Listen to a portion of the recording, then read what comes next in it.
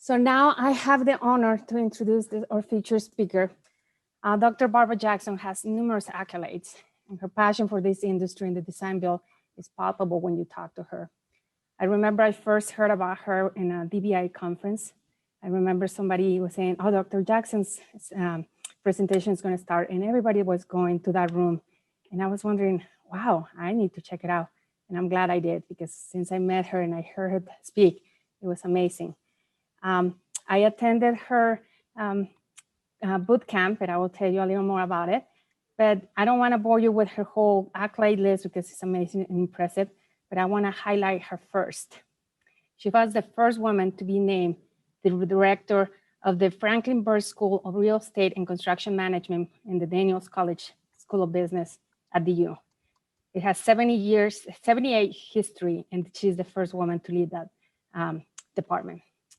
She was the first woman to be identified as a design builder, creating a design build company in 1984 in Virginia. She was the owner and president, and this was 9 years before DBIA was established. She was the first woman to teach a construction management at Cal Poly in San Luis Obispo, California. She developed the design build curriculum that any university in the United States in 2000 in Cal Poly. She was the second woman to get a general contractor license, and she was referred as that woman for other subcontractors and trade partners. So she also has 2 books, Construction Management Jumpstart and Design Build Essentials. And she's the founder of Women Building Change. And this organization hosts a bootcamp construction leadership program. It's a 4-day experience that you have to be vulnerable. You have to be true yourself in order to get the best out of it.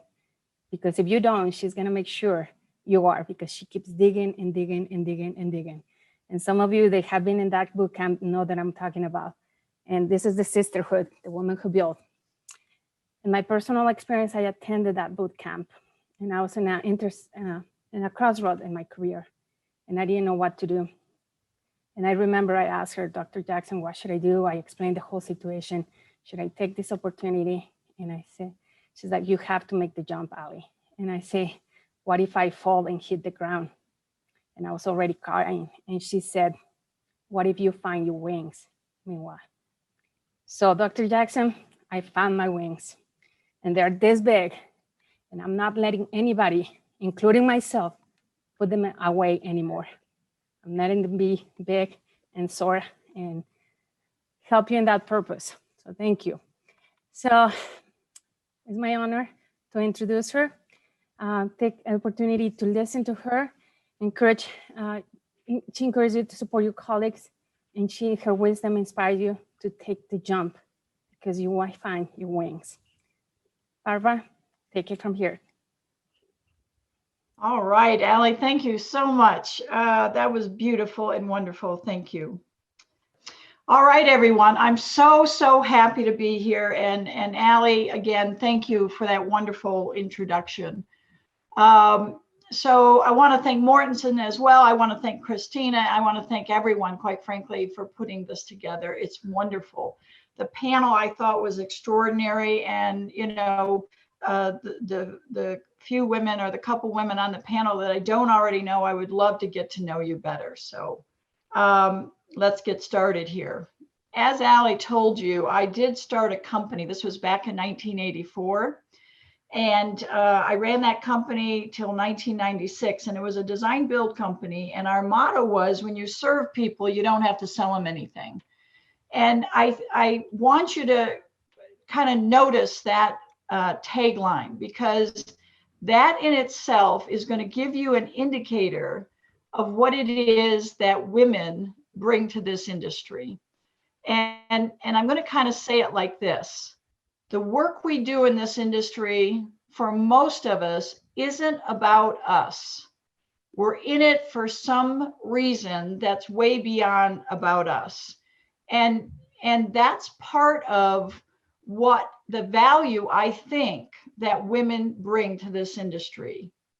So lots of things, as Ali said, I was only the second Class A licensed contractor at the time in the Commonwealth of Virginia. every place I went, every building supply, every vendor, when I talked to subcontractors, they would all say the same thing. Oh, you're that woman. And I wore it like a badge of honor, because yes, I was that woman. And I stayed with this effort till 1996, when I decided to go back to school. And I decided to go back to school for one reason, is that I wanted to influence and transform an industry that I love. My whole family's been in construction or engineering. I love it. And I wanted to create an environment in which women could excel in this business. When you look at this image, that's me there standing next to the sign. And there is one other woman in the picture that I want to acknowledge, by the way. Her name was Betsy, and she was my office manager. And as many of you know, the women in our offices, our staff, our support, they too are the champions in this business that need to be acknowledged and recognized for the support that they give to an entire organization. So over the years, yes, I went back to school, all 3 degrees from CSU, by the way, Colorado State. But over those years, as I've been at Cal Poly and now at DU, I've still stayed close to the industry. I try to get out in the field every now and then, a little older, a little chubbier there, but I'm out there trying to stay engaged and stay connected with the industry as much as I can. Now, I'm not the only woman out there in the universe. There's many of us who started many, many years ago, several decades, as a matter of fact. And I just want to, you may know Linda Alvarado, and you may not know, but Linda Alvarado is president and CEO of Alvarado Construction. And there's just a little clip that I want to share with you.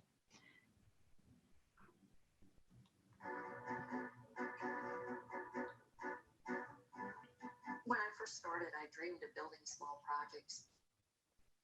Then I started having these visions that I could build a high rise, not a mid rise, but a high rise. So it meant taking a bigger risk, bidding on bigger projects, adding more people. And so we did bid on a project, and it was a renovation of a hotel. And as it turned out, this project was so high profile, people were looking at, just wait till she fails. She'll be out of business soon. And in reality, while it was so high profile, it worked for us, not against us.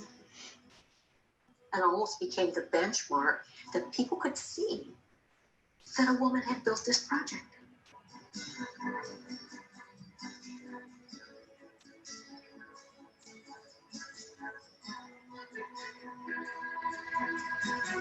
Just like I never thought I would ever be a contractor, I would have never envisioned me being an owner of a Major League Baseball team. And that enabled me over time to break the stereotype, not just about me, but about all women and what they were trying to do. I was invited to my son's kindergarten class. It was like career day. So at the end of the program, the kindergarten teacher asked my son, Rob, when you grow up, would you like to be a contractor like your mother? He thought about it. And he said, no. And she said, well, don't you want to build high rises and schools and sports facilities? And he said, no, that's women's work.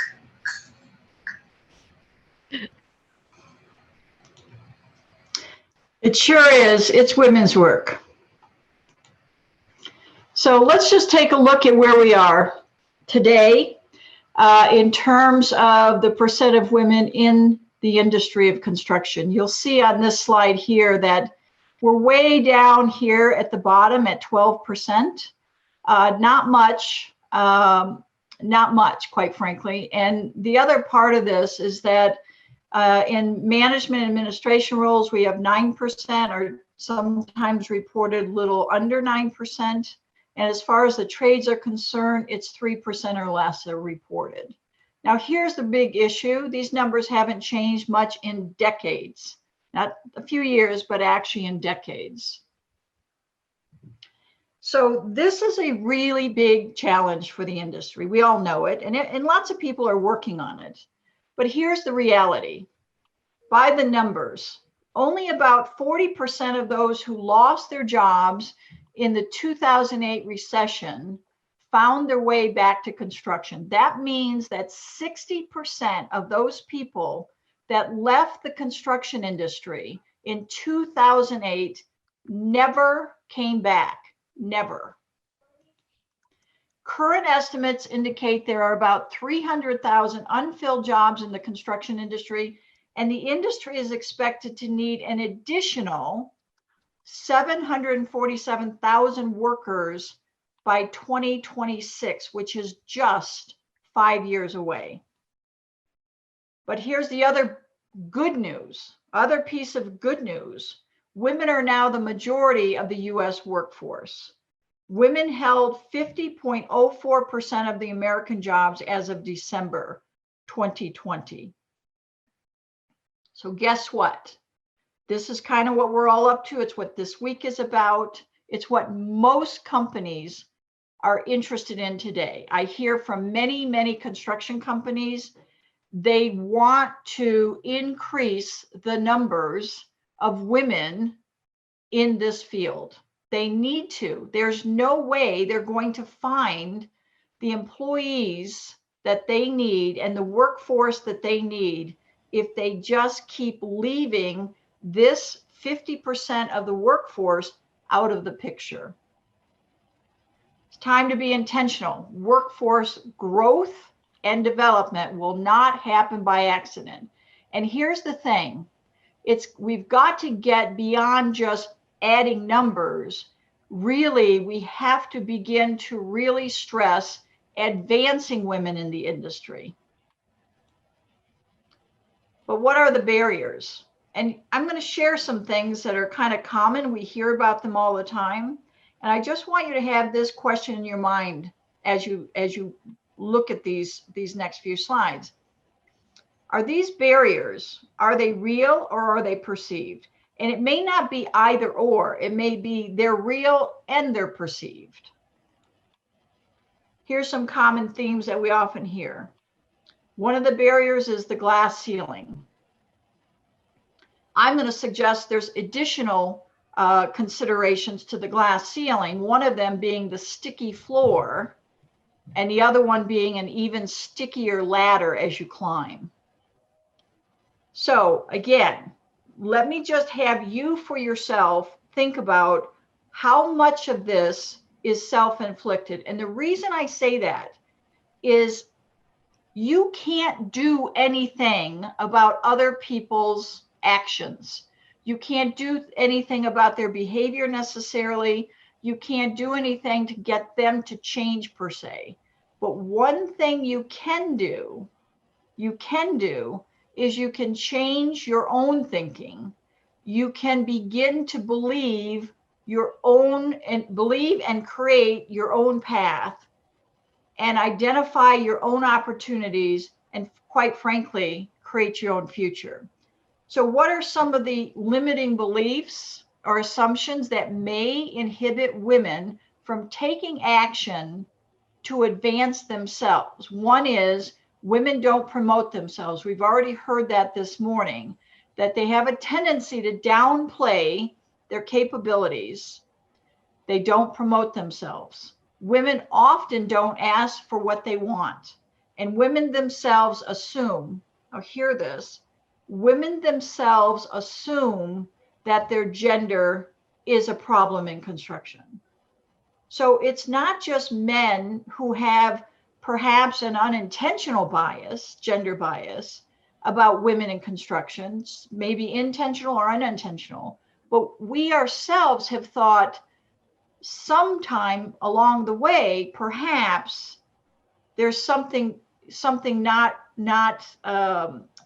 right with me pursuing this career goal.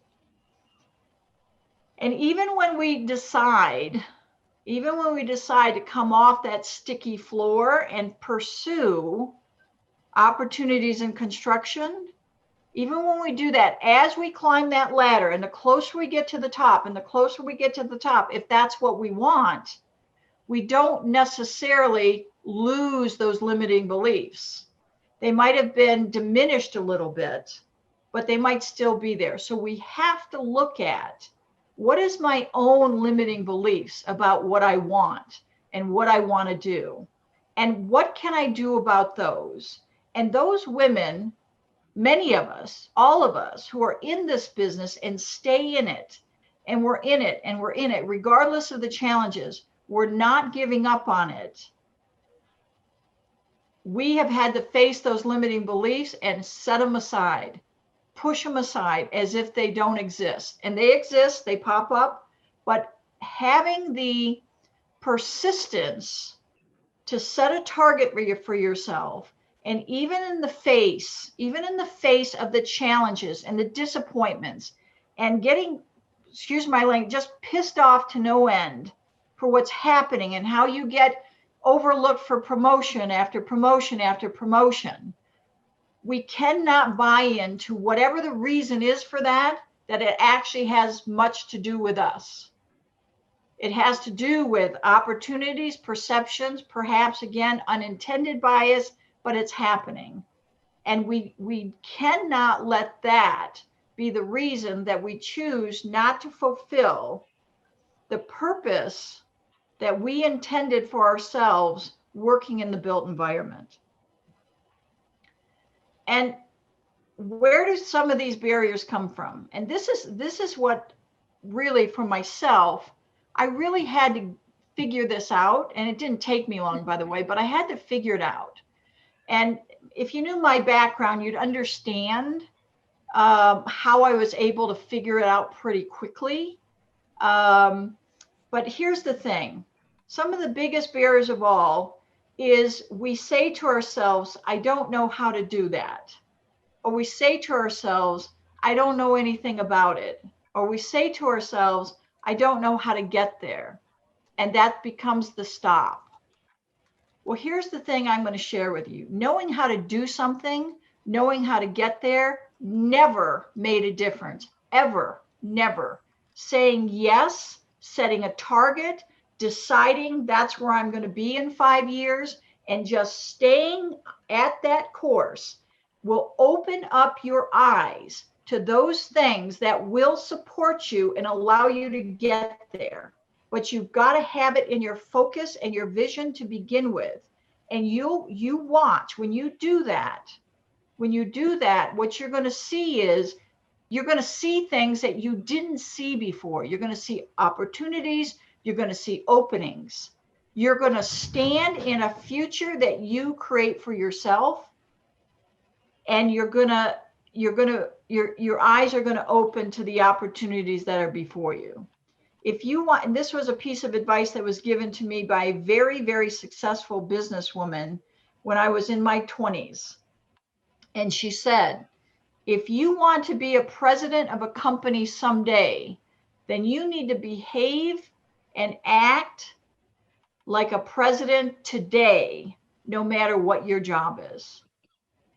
It's great advice. So let's take a real quick look. What does the research show?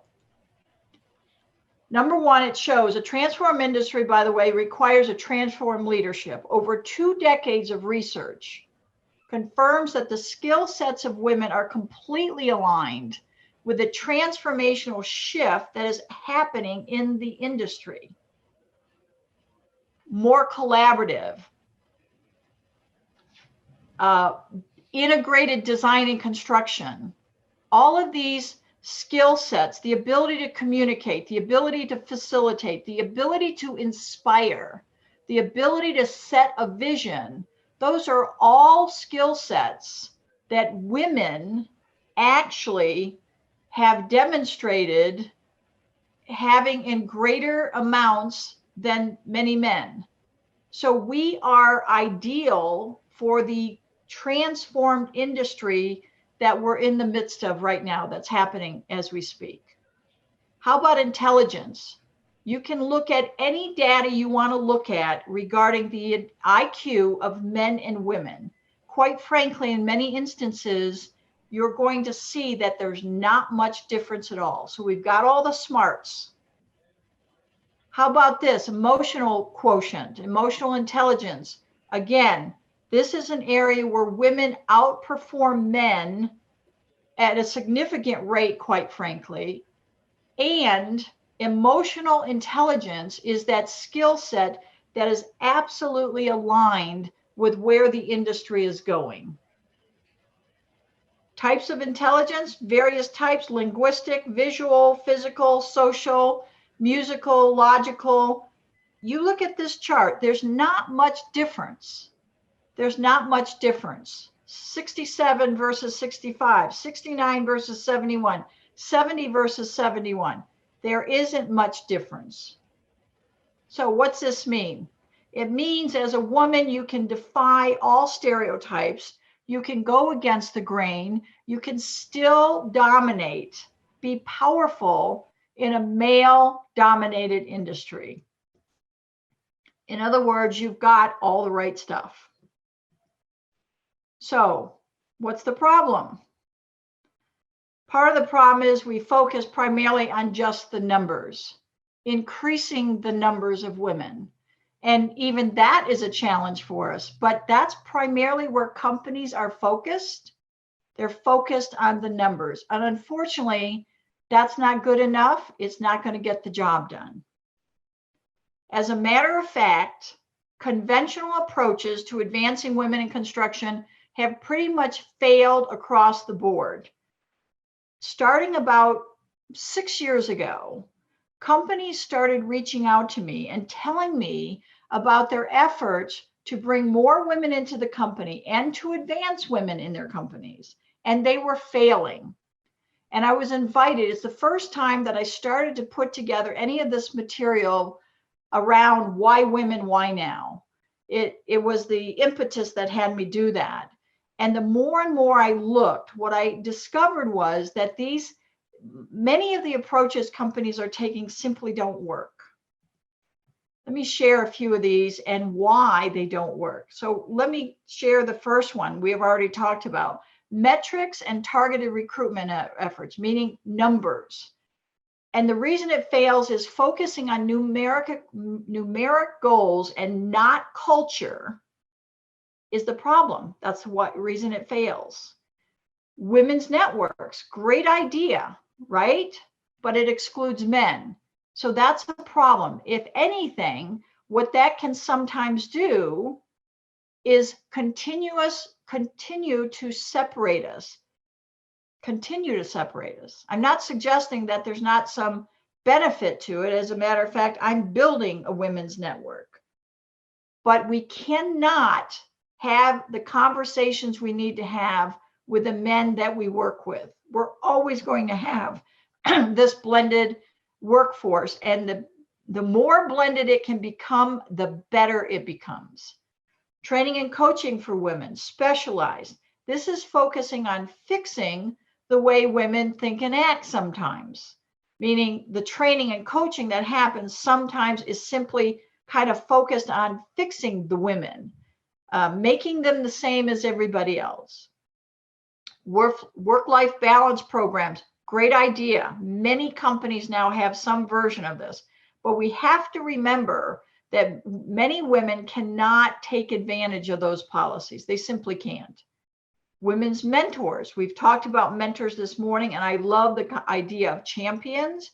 Mentors and mentees often, though, aren't trained in what I'm going to share with you next about gender intelligence. It's great to have champions and mentors, and for heaven's sakes, please champion other women.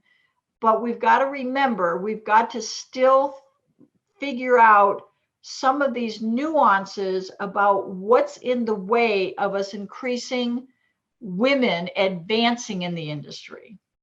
And diversity workshops, we probably have all seen some experience where the workshops themselves may have created the reverse effect of what we wanted them to.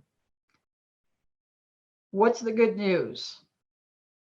As an industry, we have a tremendous opportunity before us. As an industry, we right now have a tremendous opportunity before us because the industry has multiple challenges. Diversity isn't just one of them. It has multiple challenges. For one, how the industry is still perceived. I shared a stage with a group of folks out in California, business people. And what I heard that day was how people outside the construction industry perceive the construction industry. This is what I got: low tech, archaic, outdated business model, wasteful, and low productivity. That's how we're perceived as an industry. That's a challenge. How about this? We're seen as order takers and not value generators. How about that one? We're still a commodity. One potato's as good as another potato, so just buy the cheapest one. That's the way contractors are seen still. The state of expectations I see over and over and over again. What can you deliver as a contractor? Cost, schedule, quality, safety. We say it all the time, the three-legged stool, right? Sitting on a foundation of safety. Fantastic. But to me, it's like, is that all you got? If that's all you've got, that gets you an entry into the industry. It certainly doesn't set you apart from anybody. It's a vicious circle.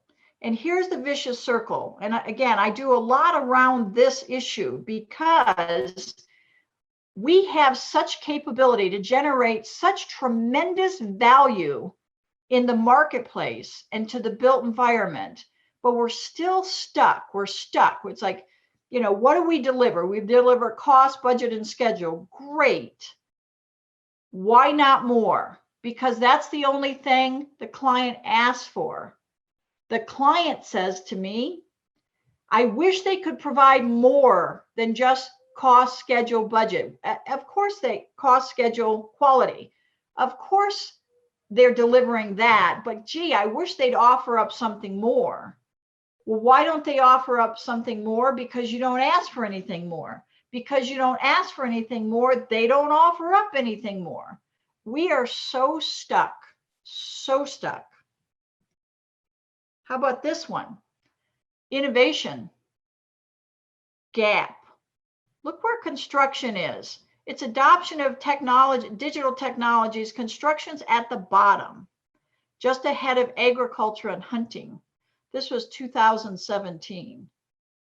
We have some challenges.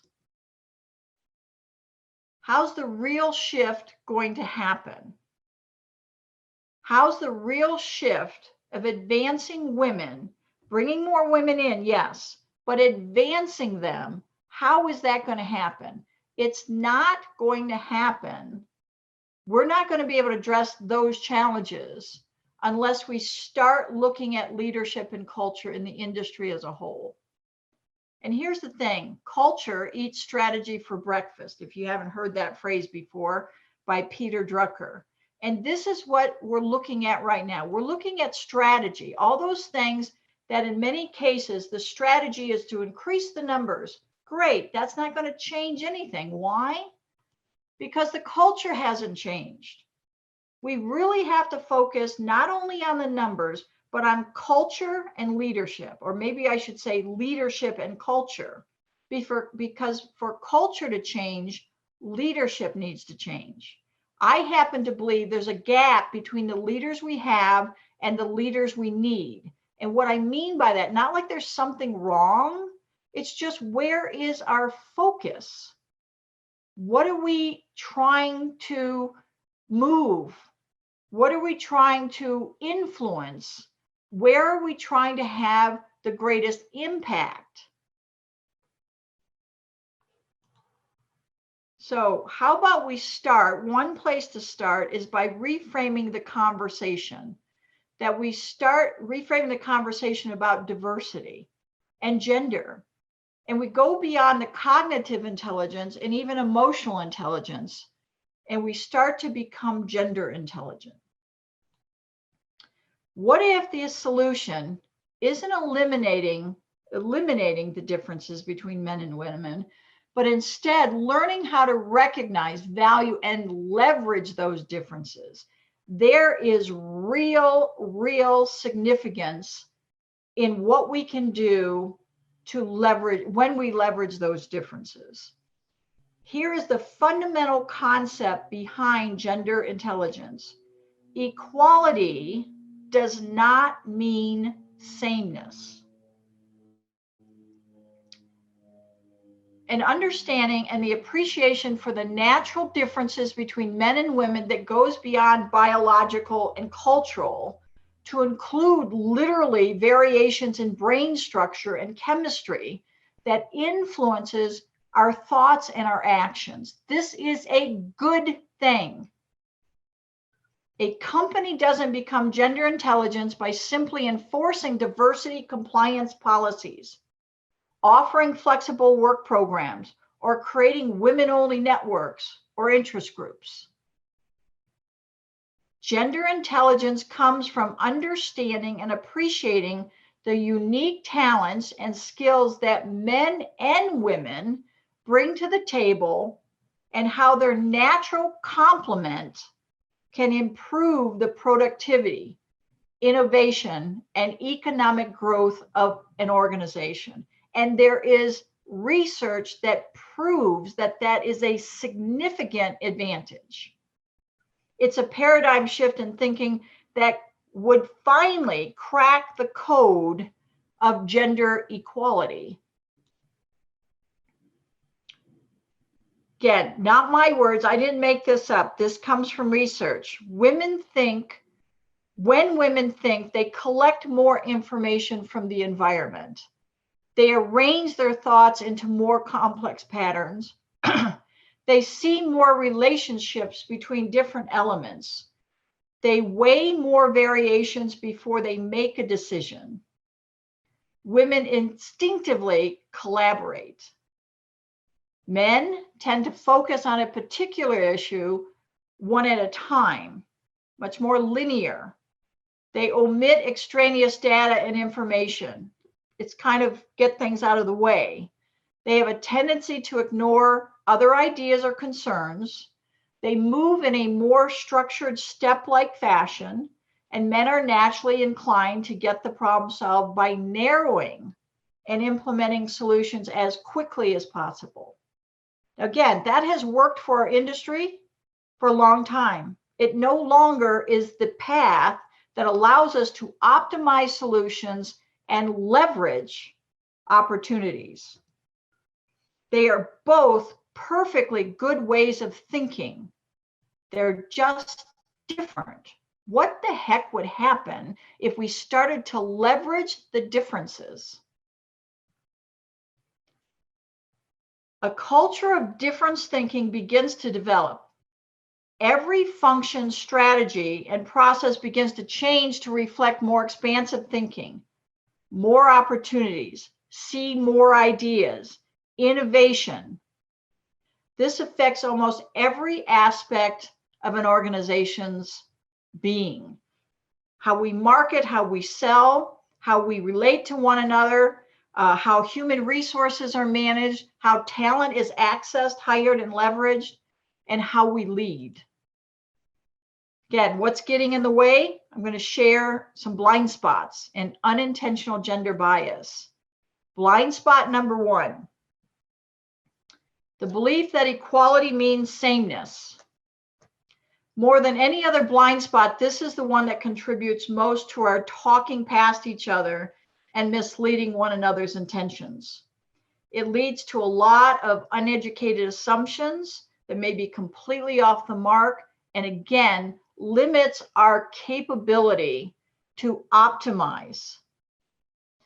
Blind spot number two, the male-designed organization.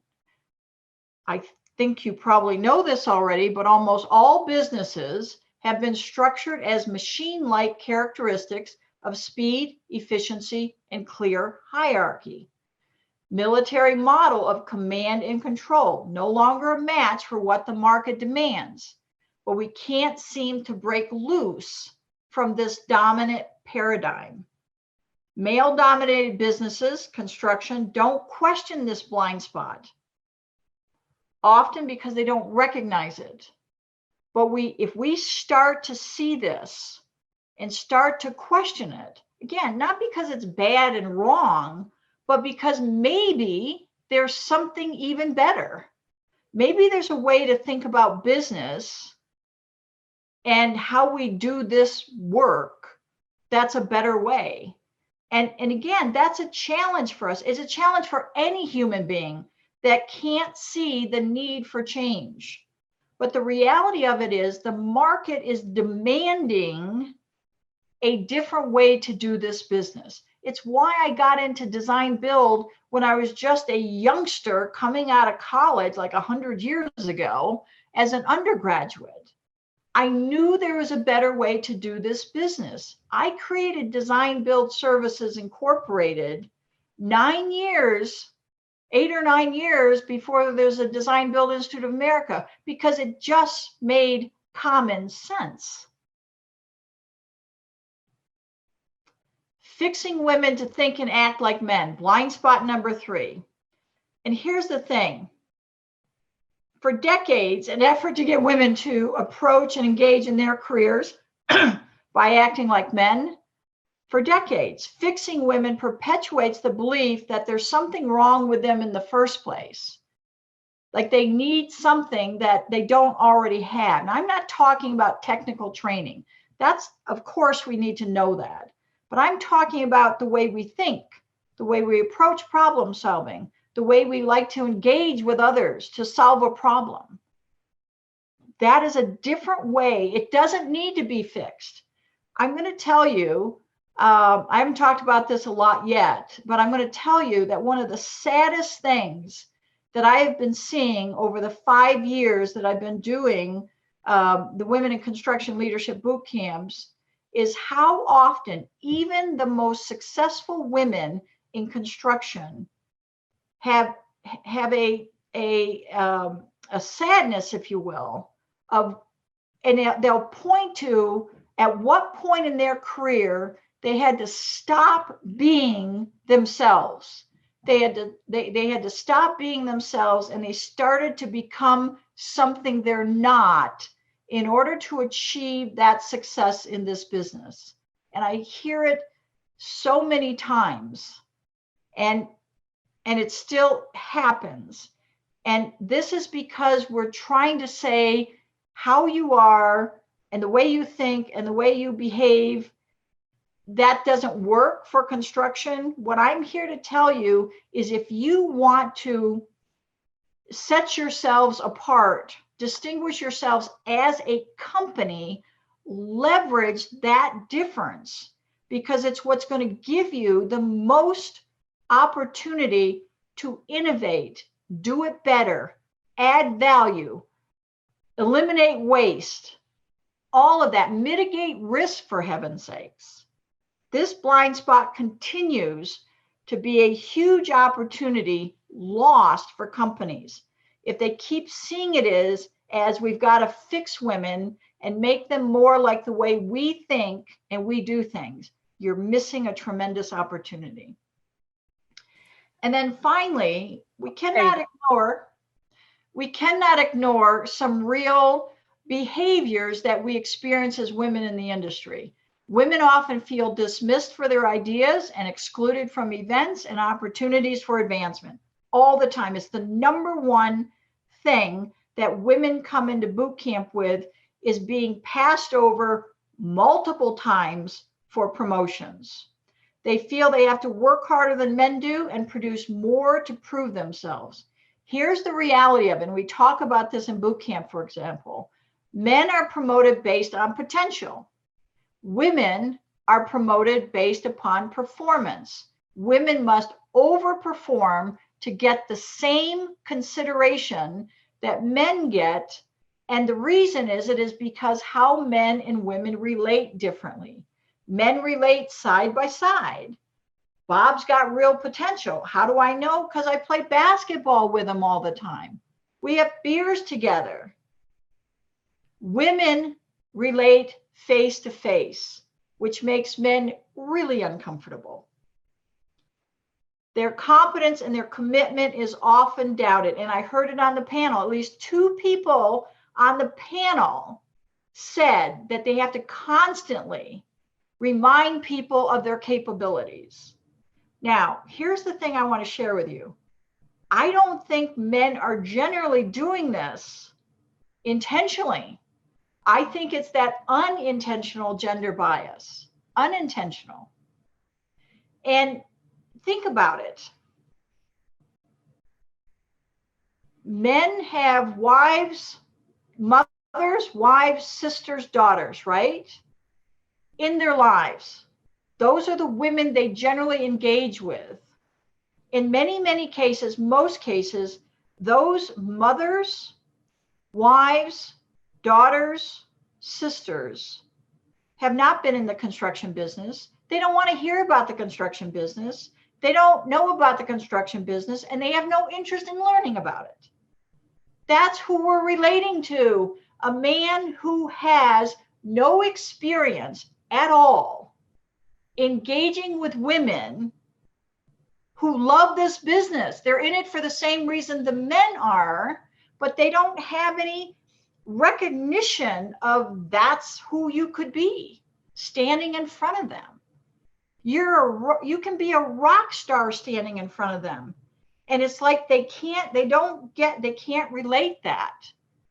Well, you stand in front of them and you keep standing in front of them, because at some point they're going to say about you what they said about me after a period of time. I would walk into a room full of men and 4 guys would come up and tell the rest of them, this woman knows more about construction than anybody else I've ever met. I didn't know more about construction than anyone they'd ever met, but somehow they finally recognized that. And they recognized that because I stayed at it, I learned the business, I figured all the terminology, I did all of that. I didn't necessarily change the way I'm being all the time. Initially, I did have to, I'll use the word manage what they saw. Why and how women bring greater economic value? Balanced leadership improves the bottom line of every company. And in many cases, it's drastic. Gender blended teams are more likely to achieve substantially greater outcomes. And the research shows this over and over, like by a third. Outcomes in problem solving, decision making, and financial performance. 5 areas. Gender diversity unleashes the greatest value. Balanced leadership, gender blended teams, market responsiveness, risk management, and talent utilization. We got to make these shifts. Shift from sameness mindset to difference mindset, from a gender blind meritocracy to a gender intelligent meritocracy, and from incongruence between intention and behavior to congruence. I know I'm about out of time here, but I'm going to this up. Key takeaway. Barbara, I just wanted to jump in real quick and say we have plenty of time on the call, so if you want to keep going, please feel free to stay. And if you do need to go, we will send out all the links that have been shared and a copy of the full recording. Okay, Barb, continue. Thank you, Christina. Key takeaways. Transformation begins with leadership. Strategy won't work if culture stays the same. The numbers won't solve the problem. Meritocracies alone are not enough. There's a science to our differences, and it's not just about women. Gender intelligence accelerates all diversity. So my work and my intention, since I graduated as an undergrad from Colorado State University, has been to transform leadership and culture in the AEC industry. I've been working on it a long time. First, my focus on design build in 2015, created the Leadership Bootcamp for Women in Construction, and in 2019 created the organization called Women Building Change. Here's the bottom line for me, my bottom line. I believe that women participating and leading in the industry is key to its transformation. And by building a network of support for women in construction, we are securing the future of the industry itself. This is the new face of the industry, many of the new faces of the industry, and these women are changing the industry. I want to plug our boot camp. Allie did a great job plugging it, but I want to plug it a little more. Companies, please consider sending women to the boot camp, and please consider sponsoring a boot camp. How to join this awesome team of women building change? Come to the boot camp. Over 130 women from across the country have attended, women from 17 different states, 52 different companies. They're in all positions. If you see yourself in a job or a position that's related to construction, then the boot camp's for you. PEs, PMs, pre-con, business development, project execs, vice presidents, principals, HR, IT, marketing, architects, the trades, engineers joining us as well. We're building a network of women supporting women from all over the country, from multiple different companies at every level of the organization and representing every aspect of the construction business. Let's make this thing happen. Again, sorry, I went over by 5 minutes. That's not too bad for me, actually. Thank you, Dr. Jackson. I call you Barbara. You're right. We are creating also a women network of support and a sisterhood. And somebody was asking about my shirt, and that's what you get also. You get that alumni shirt, you woman who built. So contact Dr. Jackson or myself. I see some of my sisters in the chat that they're part of the conversation here. So we can all tell you it changed our life. I found my wings. So thank you.